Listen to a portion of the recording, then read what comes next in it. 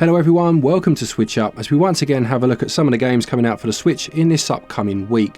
Now in terms of dates, we'll be going from the 19th of August up until the 25th, but I will say that I am going on holiday. Well, I'll be back by the time you watch this actually, but that's kind of the point. I'm having to record this a good couple of weeks earlier than usual, so it may well be that games have come out that aren't in here, big games potentially. If that is the case, obviously I'll put anything that's missed in next week's video. If you want to save yourself some money on your digital purchases, use switchup.gg, the info's on the screen right now. And if you want to buy physically, you can use PlayAsia. There's also a link for that down in the description. Good stuff. So which games are coming out for the Switch this week? Well, let's find out.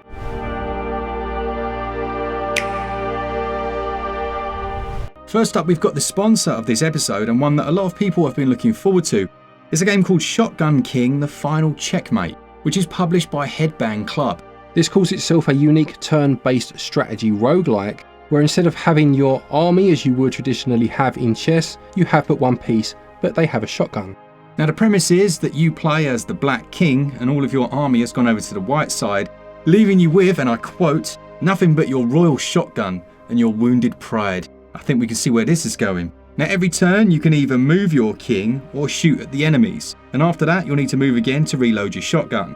You need to avoid checkmate by killing the white king in order to complete the floor and move on, and after each of those floors you will strengthen your king but also the king of your opponent.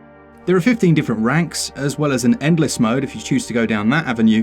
There's a chase mode, and as you'd expect with a roguelite, there are over 100 different upgrades.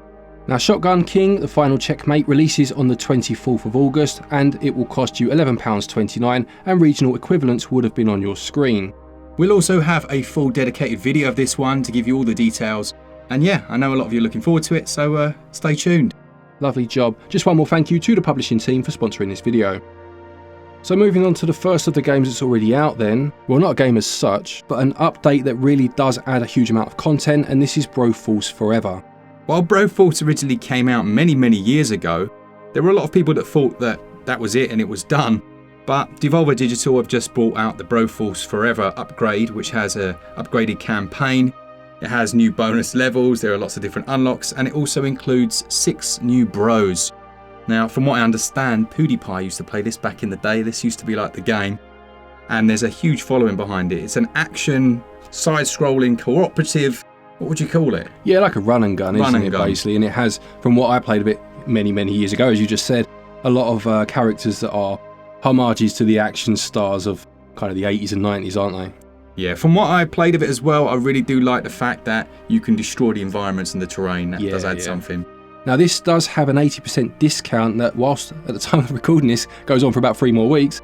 By the time you watch this video, it'll be a few more days. So if you do want to buy the base game and obviously get that update with it, now's the time. And just one more game that's already out then. This is a bit of a nostalgia trip, I must say. It's in there for the nostalgia. This is Mousetrap, the board game.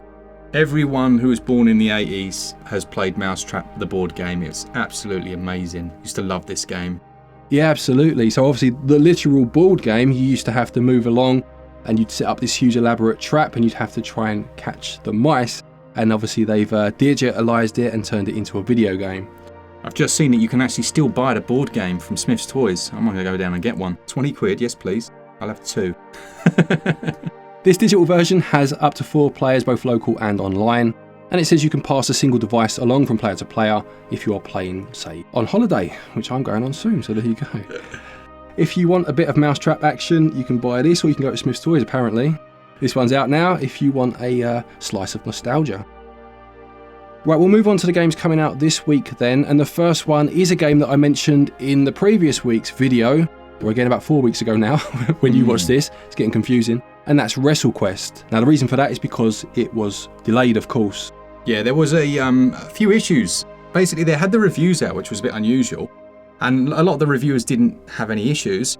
And then suddenly they pulled the game, and it turns out that they, in their testing, discovered some bugs in all versions of the game, which were deleting people's save games. I see, right. But, yeah, okay. Because it's such a big RPG, they were like, no, we can't. So they pulled it off the shelves. Oh, well, fair enough. Okay. So, I mean, this, as you mentioned, is actually an RPG, isn't it? Using the Wrestle characters, some of which are kind of legends from the past. I think it mentions people like Jake the Snake and Andre the Giant, these sort of characters. And yeah, I did say when I mentioned this a couple of weeks back that I'm pretty sure there was a Game Boy game, an RPG Wrestle Game Boy game. I can't remember the name, obviously I'm not into wrestling, but if anyone does remember or knows what I'm talking about, and I've not just made it up, please do tell me the name of it in the comment section. I'd like to know. All being well, this one should release now on the 22nd. Own your skills, gather your party, and prepare for WrestleQuest!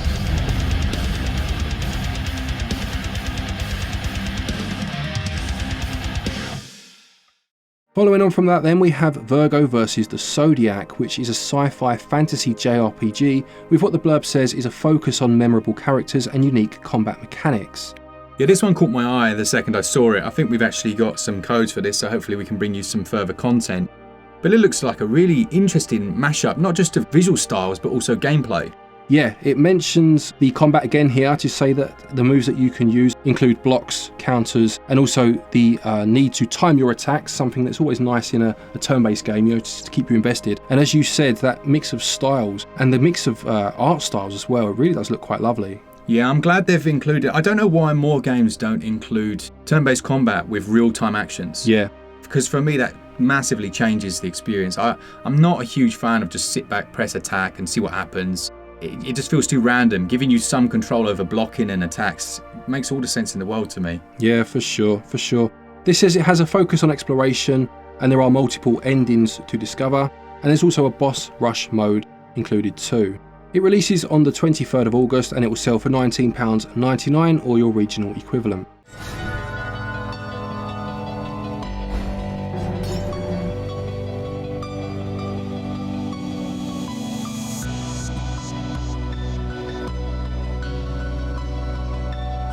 Next then we have Ginsha. Now this is a Metroidvania that we've just had a look at the trailer for, and I'll be honest, this looks lovely, doesn't it? Yeah, this looks pucker. Looks really, really nice. Every little element of it, the little details in some of those animations, the variety between the different areas, it just looks brilliant. And then the price as well. Yeah, absolutely. It has that. Certain games seem to be able to use very small character sprites, but still convey a lot of detail. Yeah. And this definitely does that, as you mentioned, the backgrounds, but even the sprites themselves look really good actually. It says that you'll be exploring 6 different planets in an attempt to save your species, and every decision that you make matters and will affect your surroundings. I love it when they say that. Every decision you make matters. When has that ever been true in a game? I don't know actually. Do you know what? That's interesting because things like, say, Game of Thrones from Telltale, I mean, it felt at the time like everything you did had a consequence, but then you play it again and do the other thing and the same bloody thing happens anyway, doesn't it? So who knows? But it does mention a karma system, so I'm guessing that you'll maybe have 2 ends of a spectrum, and what you do will change maybe weapons you get or something that happens in the game anyway. There looks to be a load of different upgrades as well, which is always nice. You can tailor your character and your build, and it'll be interesting to see how that plays into the Metroidvania aspects, because usually you're given a skill that you require. Yeah, that's a good point. This one is out on the 24th and it will cost £13.90.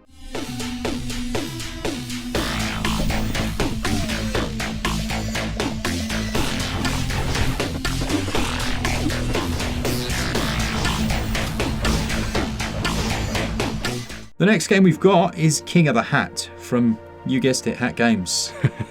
And it looks like a bit of a Smash Brothers type action brawler. Yeah, I can see where you're going with that. I mean, in this one, you use your hat to throw at other enemies or other players. It says here that your hat will obviously destroy them, but you can use it to knock their hats out of the sky as they throw them towards you. So perhaps less of an emphasis on fighting than Smash, but in terms of that kind of chaotic single screen gameplay, yeah, perhaps. Oddjob's ears are just perked up.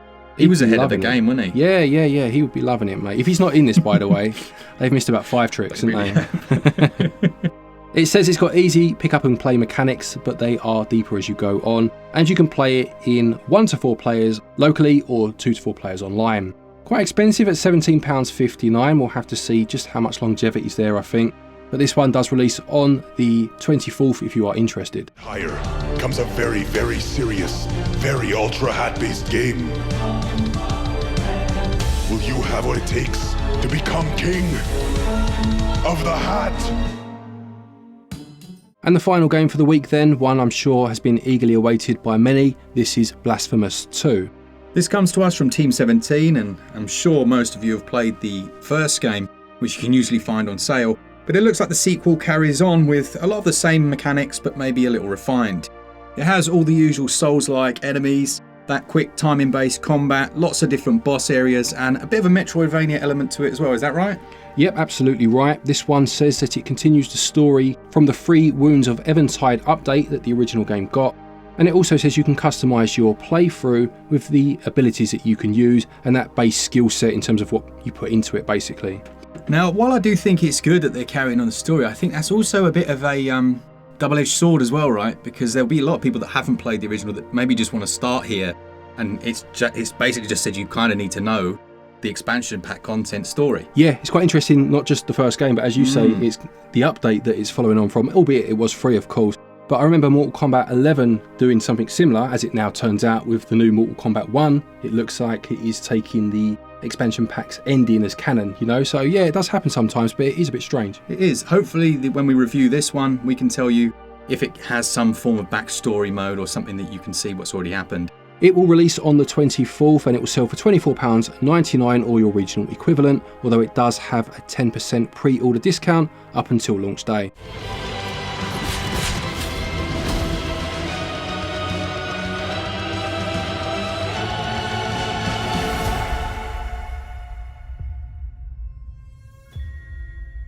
So there you have it, there's another week of Nintendo Switch releases. Don't forget what I said at the beginning though, that I am away at the moment, so there may be some big games missed. If that is the case, apologies, but they will go into the start of next week's video. Another thank you to the sponsor of today's video, and their game Shotgun King. Don't forget that that will be out this week. There'll be links in the description if you want to check that one out. Lovely stuff, nice little lineup of games. Let us know what you're most interested in, and as we always say, if you want to save yourself some money, you can get your shop credit at a discount over at switchup.gg using the code, and if you're a physical collector, head to PlayAsia and use our discount code there. A quick thank you to our patrons and our channel members for your continued support, and to each and every one of you for watching our videos. Take care, and until next time, happy gaming.